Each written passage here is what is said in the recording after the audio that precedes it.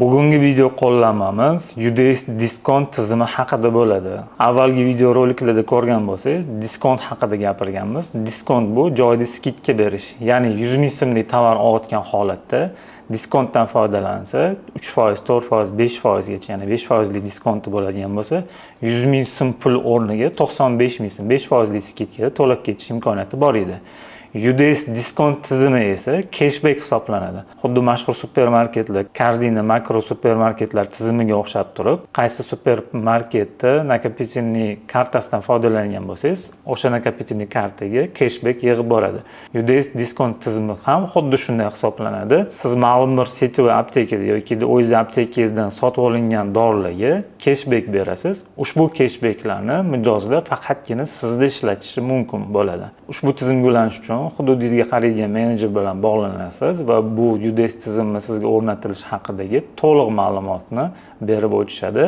Yoki call centerlarimiz 71 207 08 08 nomerlari yoki Phone Support Board orqali ham ma'lumotlarni olishingiz mumkin bo'ladi. UDS tizimi sizga o'rnatilgandan so'ng birinchi bo'lib cashbackni klient akkauntiga qo'yish yoki klient akkauntida yig'ilib qolingan cashbacklarni sizni aptekangizdan foydalanib pul o'rnida olishi ko'rsatib beramiz.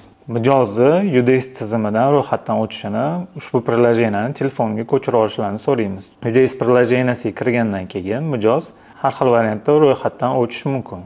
Davom etiladi. Siz ushbu ma'lumotlar haqida lokatsiya berasizmi deydi. O'rtadagi knopkasini bosasiz. Davom etasiz. Yoki ushbu ma'lumotlarni propustit qilishingiz mumkin. Login parol terib kiring deydi yoki ro'yxatdan o'ting deydi. Mijoz avval ro'yxatdan o'tmagan bo'lsalar, mijozdan iltimos qilasizki, Google akkaunti yoki Apple akkauntlar orqali emas, nomerlari orqali registratsiya qilishlari kerak. Buning uchun Telegram botga kiriladi.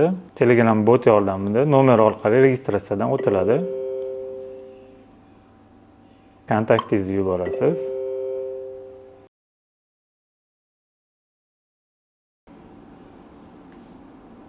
Ushbu holatda UDS tizimidan ro'yxatdan o'tasiz va cashbacklardan foydalanishi bemalol mumkin bo'ladi.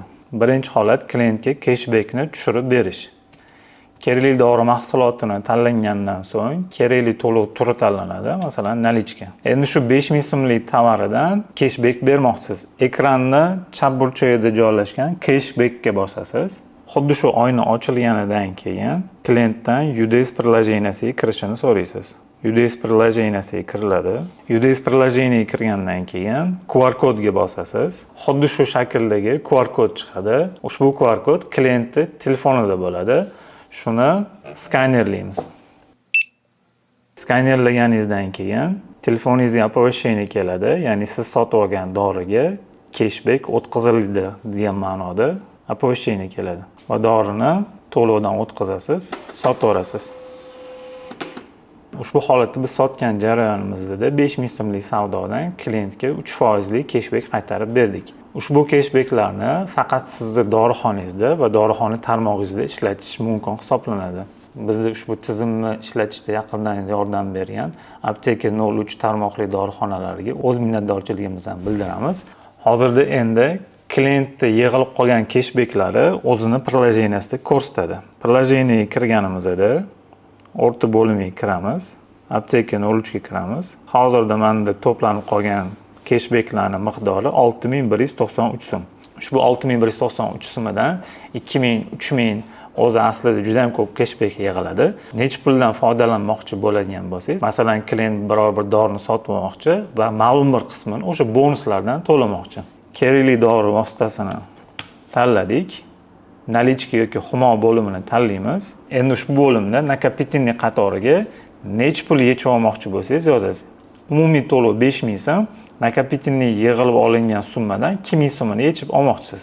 2000 so'm yoziladi. Nalichka qatori 5000 so'm turgan bo'lsa, qayta shu qatorga bosasiz. 3000 so'm naqd to'laydilar, 2000 so'm nakopительniydan olinadi.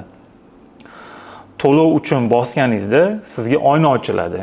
Ya'ni bu holatda smartfon yoningizda bo'lishi kerak. Siz qaysi aptekani cashbackidan foydalanmoqchi bo'lsangiz, xuddi shu aptekani bo'limiga kirasiz. Masalan, apteka 03 bo'limiga kirdim. Menda yig'ilib qolgan cashbacklar miqdori 6193 so'm deb aytdik. 2000 so'mini shundan yechmoqchimiz. Kod skidki degan joyga bosamiz. Bu QR kod chiqarib beradi. Bir martalik QR kodini chiqarib bergandan keyin ushbu kodni skanerga uramiz. Va avtomatik tarzda savdo yuz beradi. 3000 so'm klientdan olasiz, 2000 so'mini esa UDS tizimidan bonuslar miqdoridan yechib oladi. Endi prilojeniyega kirib tekshiradigan bo'lsangiz, UDS tizimidan 6193 so'm o'rniga 2000 so'm kamaygan, ya'ni bonuslarni hisobidan ushbu 2000 so'm o'tib ketadi. Har bitta bonus yig'ilib boriladi yoki tartibdagi dorixona bo'ladigan bo'lsa, yoki sitio apteka bo'ladigan bo'lsa, butun set bo'yicha ushbu cashbackdan foydalanishingiz mumkin bo'ladi. Chek chiqqan holatda ko'rishimiz mumkinki, 5000 so'm umumiy hisoblangan, 3000 so'mini to'lashlari kerak bo'ladi. 2000 so'mini bonusdan olib qolinadi. Buni smena отчетdan ham ko'rish mumkin. Smenaga kiramiz, отчетga kiradigan bo'lsak, bu yerda umumiy savdoni ko'rishingiz mumkin bo'ladi. Humodan, kassadan umumiy savdolar va nakopitelniy, ya'ni через UDS orqali, nakopitelniy orqali pul berilganlarning hisobi ham shu yerda yuritiladi. Cheki chekiga kirganingizda umumiy hisobda 5000 so'mlik chek bo'lgan, 3000 so'mini naqd ko'rinishda to'laganlar, nakopitelniydan esa 2000 so'm miqdorida pul o'tkazganlar ko'rinib turadi.